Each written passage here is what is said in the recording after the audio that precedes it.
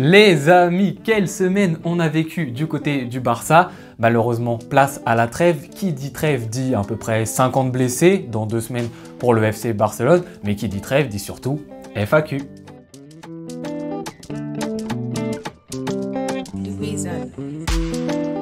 On commence cette FAQ avec la question de Nolito Junior qui me demande: le Barça reprend confiance, de l'envie tenace, que penses-tu de cette forme du Barça en ce moment? Eh bien écoute Nolito, qu'est-ce que j'ai envie de te dire? J'ai envie de te dire que je suis content. Je suis content que ça se passe bien pour l'équipe, pour Xavi en ce moment. Effectivement, ça fait 1 mois et demi depuis qu'on a testé ce Christensen en 6 que ça se passe vraiment beaucoup mieux, qu'on a retrouvé un équilibre. Alors tous les résultats ne sont pas flamboyants bien évidemment, mais c'est vrai qu'il y a beaucoup plus de positifs. Conclu justement par cette semaine, on se qualifie en quart de finale qui a rendu beaucoup de gens heureux. On enchaîne un gros match contre l'Atlético à l'extérieur, on gagne 3-0, ça a rendu encore plus de gens heureux. Maintenant, on le sait, ici on est team positif. Quand ça se passe mal, on a été présent, on a essayé de garder le sourire, de voir les choses qui se passaient bien du côté du Barça. Mais quand ça se passe très bien comme ça, il faut aussi être conscient qu'on garde des limites. Il ne faut pas s'enflammer et devenir non plus aveugle, se dire ouais, la Ligue des Champions c'est gagné, contre le Paris Saint-Germain ça va le faire les doigts dans le nez, la Liga on peut revenir tranquille sur le Real. Les amis, restons sereins et surtout restons les yeux ouverts sur nos défauts et sur nos limites. Elles existent toujours, je pense sincèrement qu'elles existeront jusqu'au bout de la saison. C'est très bien, il faut féliciter le Barça pour ce qu'on arrive à faire en ce moment, qui est formidable je trouve par rapport à tous les blessés qu'on a, tous les problèmes qu'on rencontre, le manque de cohérence de l'effectif de base qu'on continue à garder, ce qu'on est arrivé à trouver et à faire, c'est vraiment formidable, il faut l'applaudir. Mais féliciter l'équipe et en être fier, ça ne veut pas dire non plus être totalement aveugle et se prendre pour les rois du monde après de très bons matchs et de très bonnes performances. Non, nous avons encore des défauts, nous allons avoir encore des matchs je pense compliqués cette saison, ce n'est pas fini. Mais en tout cas, ce positif qui entoure le Barça, moi je le trouve super bénéfique et j'espère juste que ça va pas retomber au moment où on aura un contre-résultat et que justement on aura appris de notre erreur de ce début de saison, on a été un peu trop rapide à juger justement ce Barça. Deuxième question de Mohamed qui me demande: salut, celui qui doit hériter du numéro 10 de Messi est-il déjà au club? Si oui, qui est? Sinon, à quel joueur penses-tu? Pour ma part, c'est Mbappé. Alors déjà, mon ami, je pense que Mbappé, malheureusement, ne va pas venir au FC Barcelone. Il va plutôt aller dans le club ennemi, c'est carrément presque sûr qu'il va y aller. Et pour le numéro 10, bien évidemment, il y a eu la rumeur, on en a parlé, là ça fait 2 semaines qu'on en parle, le fait que Lamine Yamal est pressenti pour l'avoir bientôt. Sauf que beaucoup de gens se rappellent un peu du cas Ansu Fati, où ça allait peut-être un peu trop vite, on lui a mis beaucoup de pression sur les épaules et peut-être qu'il n'a pas pu l'accepter. Effectivement, reprendre le numéro 10 de Lionel Messi au Barça, c'est quelque chose. Moi, je sais pas trop quoi en penser en fait. Pour moi, de base, hein, je vais vous le dire clairement, pour moi c'est juste un numéro. Mais oui, c'est vrai que certainement il doit y avoir une pression qui va avec. Et Lamine Yamal l'année prochaine aura 17 ans. Voilà, ça fait beaucoup de poids sur ses épaules. Messi est passé du 30 au 19 puis au 10. Pourquoi pas un numéro intermédiaire également pour Lamine Yamal. Mais c'est vrai qu'hormis Lamine Yamal qu'il aura, je pense, allez, je dirais peut-être dans 2-3 ans, ça pourra le faire, 4 ans. C'est vrai que j'ai du mal à percevoir quelqu'un d'autre l'avoir vraiment parce que c'est celui qui colle le plus à cette capacité dans les 30 derniers mètres à vraiment faire la différence du côté du FC Barcelone, sans être bien évidemment le numéro 9. Donc je vois vraiment Lamine Yamal porter ce numéro pour le futur du Barça. Troisième question, une question très intéressante de mon cher Rémi qui me dit: salut Dave, ta chaîne progresse bien, ça fait plaisir. Je me demandais si tu trouves toujours cela pertinent d'éviter le sujet de l'arbitrage. Je comprends l'envie de s'éloigner des polémiques, mais l'arbitre reste un acteur majeur du match qui peut réussir ou rater sa performance. Ne penses-tu pas pouvoir le traiter avec objectivité? Bon courage pour la suite. Merci beaucoup pour le courage, mon cher Rémi. Effectivement, si vous l'avez remarqué, je ne traite pas de l'arbitrage sur la chaîne et selon moi pour 3 raisons. La première raison, c'est que j'estime que le Barça, face aux équipes entre guillemets plus faibles de la Liga, donc on va dire de la 20e à la 5e place, est favori. À partir du moment où le Barça est favori dans son championnat contre ces équipes-ci, je trouve qu'il est avantagé par rapport à l'arbitre. Bien évidemment, je ne parle pas juste sur cette saison, hein. Comprenez bien que je parle historiquement. Le Barça est avantagé, mais le Barça est avantagé au même titre que tous les favoris de leur championnat. Le Real Madrid est également avantagé, le Paris Saint-Germain en Ligue 1 est avantagé. Avant le Paris Saint-Germain, c'était Lyon qui était avantagé. En Angleterre, un Manchester City peut être avantagé, Liverpool peut être avantagé, en Italie c'est la Juventus, c'est l'Inter.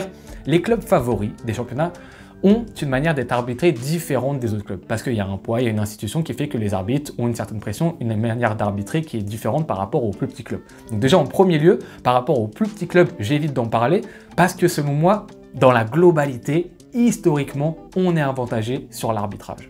La deuxième raison pour laquelle je ne parle pas d'arbitrage dans mes vidéos, c'est que j'ai l'impression que si j'en parle, j'en fais l'élément phare de mon débrief. Sur la chaîne, j'essaye plutôt de parler de football, d'animation, de performance individuelle, de performance collective, de phase de jeu durant le match. Et si je parle d'une erreur d'arbitrage, j'en fais l'élément central de ma vidéo. Or, un match, ça dure 95 minutes. Et je considère par exemple le Barça, je crois que c'était contre Granada, on met un but qui est sifflé hors-jeu, il n'y a pas hors-jeu de la part de Joao Félix, ça ne nous permet pas de prendre les 3 points. Certes, factuellement, on ne prend pas les 3 points, c'est une grosse erreur d'arbitrage, mais je considère que le Barça doit faire la différence avant contre Granada. Et je vais plutôt essayer de m'intéresser à pourquoi on n'a pas réussi à faire la différence avant. C'est pas normal le Barça de ne pas faire la différence avant. Et je trouve que ça résume mieux un match qu'une erreur d'arbitrage. Alors bien évidemment, si sur tout le match, c'est un match de catch, ce qui s'est passé contre Getafe en début de saison, là c'est interdit. Là, j'apprécie pas du tout et là j'ai l'impression que l'arbitre fait vraiment n'importe quoi. En fin de compte, en fait, sur une erreur d'arbitrage, on va tous la voir, on va tous être d'accord. J'en ai parlé récemment au moment où Vitor Roque, à un moment, il prend son carton rouge, son deuxième jaune sur une de ses premières parties au Barça. On l'a tous vu qu'il n'y avait pas rouge, on l'a tous vu que c'était un scandale. Je le dis dans la vidéo, on l'a tous vu. J'ai pas besoin d'en dire plus. Voilà, on l'a tous remarqué qu'il y avait ce scandale-là. Je préfère m'attarder sur autre chose dans le match que juste ça. Et enfin, la troisième et dernière raison, c'est plus dans les matchs où on affronte des gros. Donc en Liga, ça va être l'Atlético, ça va être le Real Madrid et en Ligue des Champions. Là, bien évidemment, une erreur d'arbitrage, ça coûte vraiment cher et t'as moins l'excuse de te dire « Ah, mais c'était un adversaire plus faible, donc t'aurais dû faire la différence avant. » Là, c'est très important. Là, pourquoi je ne rentre pas dans le débat à partir de ce moment-là, c'est parce que j'ai l'impression de rentrer dans une guerre qui ne sera jamais gagnée. On s'envoie la balle. Un jour, c'est nous qui avons une décision favorable. L'autre jour, c'est eux. Un jour, c'est nous. Un jour, c'est eux. Un jour, c'est nous. Donc j'ai l'impression que s'attarder là-dessus, finalement, ça fait pas avancer les choses. Parce que je vais dire sur ce match-ci, ah regardez, le Barça, on a été désavantagé. Puis après, 6 mois après, on va avoir un penalty gentil accordé pour nous. Et qu'est-ce que je vais dire? Je vais encore m'attarder sur ce match-ci et faire en sorte que ce penalty, ce soit vraiment l'élément ultra important de ce match.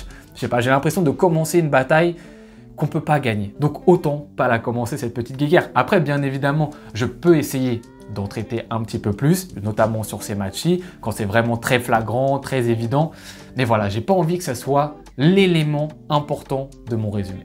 Quatrième question de mon cher Yanis qui vient souvent aux commentaires pour me parler de son chouchou Rafinha qui me demande « Salut, est-ce que pour toi Rafinha doit jouer ailier gauche jusqu'à la fin de saison ?» Alors déjà par rapport à ça, j'aimerais rétablir quelque chose, c'est que le Barça, on ne joue pas en 4-3-3. Je vois beaucoup souvent des discours, même etc. sur les réseaux, ouais 4-3-3 du Barça, etc. Alors bien évidemment sur la formation de départ, on a l'impression que c'est un 4-3-3. Mais on ne joue plus du tout comme ça, c'est-à-dire que Cancelo sur son côté gauche prend vraiment le couloir et la quatrième personne justement qui est positionnée ailier gauche sur la formation de départ mais qui ne l'est pas, c'est plus quelqu'un qui va se positionner dans le demi-espace. Ça peut être Joao Félix, ça peut être Pedri, ça a été Rafinha contre le Napoli au match retour, mais c'est demi-espace gauche, il a plus un rôle de milieu de terrain que vraiment ailier gauche. Et dans ce rôle-là, bah, je suis désolé de le dire, mais Rafinha, justement, il n'y a pas de place d'ailier gauche pour moi. Et dans cette position de demi-espace gauche, s'il y a beaucoup de blessés, comme il y a actuellement, pourquoi pas? Ça peut être intéressant, je le trouve limite plus pertinent qu'un Joao Félix, moi. Je vais te dire franchement, sur le match qu'il a fait contre le Napoli, je le trouve très bien, il tape le poteau, ce qui va donner le but de Cancelo, il fait une passe décisive, très intéressant, très volontaire, beaucoup plus intéressant en tout cas que quand il est ailier droit et qu'il ne dribble strictement personne. Donc pourquoi pas? Mais bien évidemment que s'il y a les titulaires en force qui sont présents, je préfère mettre un Gavi devant, limite je préfère mettre un Fermin, je préfère mettre un Pedri devant lui dans ce poste demi-espace gauche. Et ensuite pour ce qui est ailier gauche, bah, comme je viens de le dire, pour moi, il n'y a plus ce poste actuellement au Barça. Cinquième question, et on enchaîne sur le cas Rafinha. On me demande, pensez-vous que Rafinha doit rester au Barça? C'est compliqué. C'est compliqué, honnêtement. Pourquoi c'est compliqué? Parce que le Barça, encore une fois, on n'a pas d'argent. Voilà. Alors si on me dit Rafinha, on le vend 60 millions, je commencerai à réfléchir, à me dire ouais, vraiment, on peut essayer de trouver un ailier beaucoup plus performant que lui, à peu près dans ce prix-là, pour faire une équation à zéro, entre guillemets. En revanche, si on arrive et qu'on propose 20 millions pour Rafinha, ça devient tout de suite plus compliqué pour essayer de racheter quelqu'un de performant derrière. Mais après, c'est vrai que Rafinha garde une valeur marchande assez importante et que voilà, c'est vrai que malgré l'intensité qu'il met, et ça franchement, je mentirai jamais là-dessus. Je vois que c'est un mec qui court, qui propose, etc. Mais au bout d'un moment, il y a des lacunes qui sont trop importantes pour un joueur qui doit jouer ailier fort au Barça. Si tu es un ailier fort au Barça, il faut que tu saches quand même minimum dribbler. Et Rafinha ne sait plus dribbler au Barça. Il y a peut-être aussi une perte de confiance énorme chez lui. Mais factuellement, il n'y arrive pas. C'est critique, surtout quand tu vois un gamin de 16 ans et demi qui arrive à passer devant lui aussi facilement et qui fait autant de différence. Et quand tu le vois jouer, tu as l'impression de voir le jour et la nuit. C'est que c'est un peu grave pour Rafinha. C'est dommage, franchement, encore une fois, sur son intensité, son implication, j'ai rien à dire. C'est très bien. Mais désolé, au Barça, j'en attends un peu plus que ça. Donc s'il y a une très bonne offre qui arrive au mercato d'été et qu'on a une piste intéressante pour le prochain entraîneur, oui, Rafinha est potentiellement transférable cet été du côté du Barça. Ensuite, je continue avec non pas une question, mais deux questions, mais qui se ressemblent énormément sur le futur de Xavi. Je pense qu'avoir décidé de virer Xavi au bout de 3 mois de mauvais jeu était une mauvaise décision. Il faut croire en lui et lui donner du temps. Voir en LDC, en fin de saison, si Xavi continue ainsi, peut-être prolongera reste-t-il? Comme vous le voyez, c'est deux questions, mais en fait, ça reflète de plus en plus les messages que je vois en commentaire après les débriefs sur le fait d'une possible prolongation de Xavi, qui revienne sur sa décision, etc.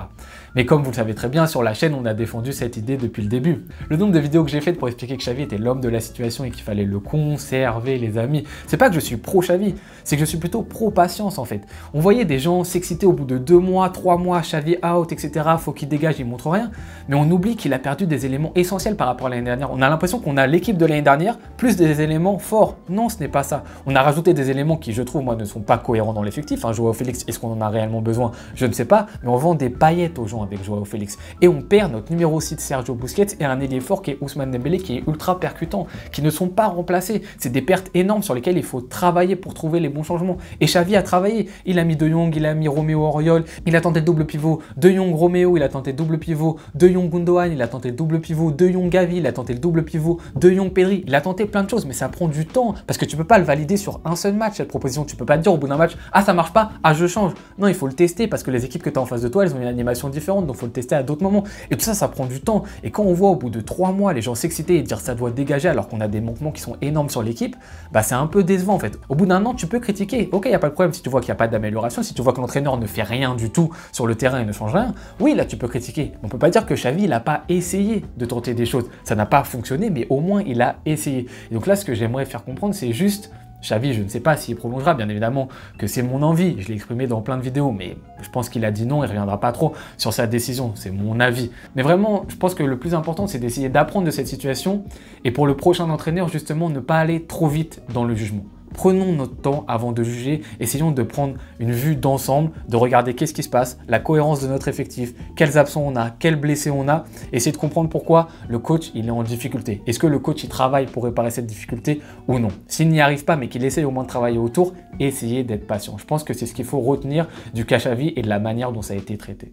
Prochaine question de Ousmane qui me dit on n'en parle pas assez, mais Lewandowski est à 13 buts et 8 passes décisives, 21 fois décisives en 29 matchs, tu ne trouves pas? Il revient de loin. Lewandowski, effectivement, Lewandowski revient de loin. Et surtout que sur la chaîne, moi je l'ai énormément critiqué dans un moment où c'était compliqué pour le Barça. Encore une fois, je trouvais que Lewandowski se prenait pour Karim Benzema. Pas forcément qu'il n'a pas le niveau de Karim Benzema, ce sont deux monstres et deux attaquants très très forts. Mais le problème, c'est qu'ils ont des profils qui sont différents. Lewandowski, pour moi, est plus un attaquant de surface qui a besoin d'être accompagné. Benzema, en revanche, va être plus un joueur, un 9,5, un 10, un maître à jouer de son équipe. Lewandowski, par exemple, en finition, je pense, est meilleur qu'un Karim Benzema. En revanche, pour faire jouer ses partenaires, Benzema est meilleur que Lewandowski. Il n'y en a pas forcément un qui est meilleur que l'autre, mais juste Lewandowski essayait trop de faire ça. Essayait trop d'être un 10, de toucher énormément de ballons, d'être dans des zones où il y a déjà des Pedri, il y a déjà des Gavi, et donc ça n'aidait pas le FC Barcelone. Là, depuis 1 mois et demi, notamment avec le fait que Gundogan soit plus en avant, ça l'aide à avoir un compagnon et à te focaliser sur la surface de réparation. Il touche peut-être moins de ballons, on le voit moins, mais il est beaucoup plus efficace. Il touche les ballons dans la surface. En témoigne le but qu'il met contre l'Atlético. Il s'emmène peut-être pas le ballon ultra bien, mais la finition, c'est niveau mondial, c'est niveau Lewandowski. Et moi, c'est typiquement ce que j'attends de lui. Quand il est comme ça, j'ai strictement rien à dire. Et vous voyez, depuis 1 mois et demi, moi, je ne fais que féliciter Lewandowski parce que j'adore ce qu'il est en train de proposer. Maintenant, j'espère juste que ça continuera jusqu'à la fin de saison. Et là, c'est très bien. Moi, j'ai rien à dire. Ok, je le vois moins, mais quand je le vois, il est efficace. C'est ce que j'attends de lui.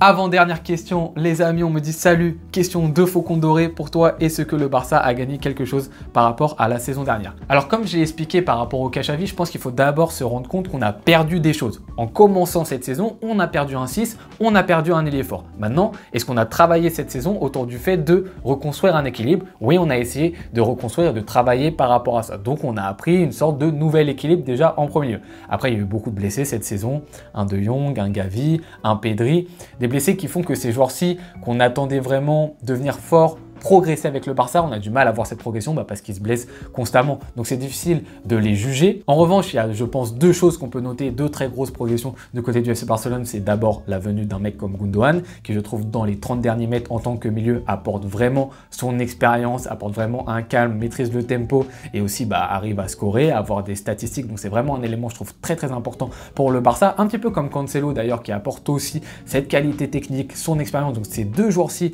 qu'on a recrutés, je trouve ça vraiment bon. Et l'autre point, et je pense que c'est le plus important qu'on a en bonus cette saison et sur lequel il faudra axer justement sur le bilan de fin de saison, c'est les jeunes, les amis. C'est totalement fou. Et ça aussi, on peut en parler dans le bilan de Xavi, comment il a mis en avant les jeunes, c'est fou. Hector Fort, c'est très très bon. Et puis ensuite, les deux monstres, Koubarsi et Lamine Yamal, c'est un truc de fou. Vraiment, Koubarsi, 17 ans, Lamine Yamal, 16 ans et 8 mois. Non mais je sais pas si on se rend compte, mais c'est un truc de malade mental. Le niveau qu'ils ont ces deux joueurs-ci, ils feront des erreurs. Tout ne sera pas parfait jusqu'à leur fin de saison. Bien évidemment qu'on sera amené sur des matchs, il y aura du moins bien, il y aura du moins bon, il y aura des matchs qui feront des gourdes, il n'y a pas de problème. Mais le niveau qu'ils affichent actuellement, c'est un plus pour le Barça, mais énorme, surtout dans la difficulté dans laquelle on est économiquement, la facilité que ça nous apporte d'avoir des joueurs de ce niveau-là, qu'on n'est pas forcément obligé de recruter, etc.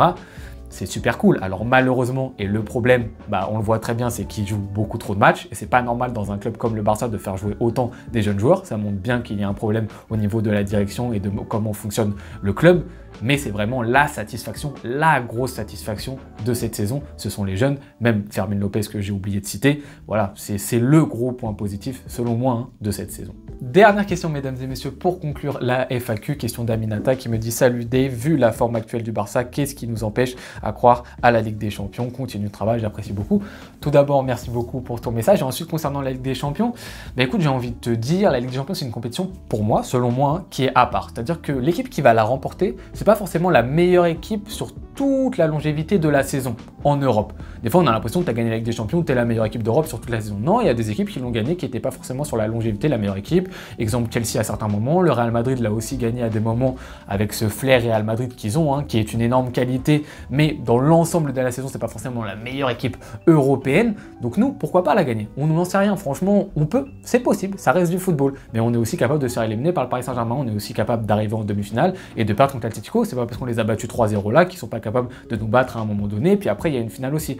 Faut aussi rester, comme je l'ai dit en tout début de vidéo, conscient qu'on a des limites encore. On a aussi beaucoup de travail à faire et on a des blessés qui arrivent tous les week-ends, donc c'est aussi compliqué d'enchaîner avec ce Barça au niveau d'un 11 type. Donc plein de choses en tête, on peut y croire et il faut y croire parce qu'on est des supporters et on a la possibilité, on a montré qu'on était capable de faire de belles choses. Au moins on a montré ça, mais il ne faut pas non plus se fixer comme objectif forcément d'aller en finale ou de la gagner. Notre objectif au départ de la saison, c'est plutôt quart de finale, demi maximum, mais si on se fixe des objectifs trop hauts, on va retomber très vite et on va être déçu. Autant être content de l'équipe, de ce qu'elle arrive à fournir déjà avec les limites qu'elle a. Soyons heureux de ça et fiers. Donc voilà, prenons ce qu'il y a à prendre, soyons heureux du positif, mais ne nous fixons pas un objectif trop dur à atteindre. Les amis, c'était la petite FAQ de la trêve. Je vous remercie beaucoup d'avoir participé pour ceux qui ont posé les questions. Je vous remercie beaucoup à ceux qui ont regardé cette vidéo. Je vous souhaite bonne journée ou bonne soirée en fonction de quand est-ce que vous la regardez. On se retrouve très bientôt. Ciao.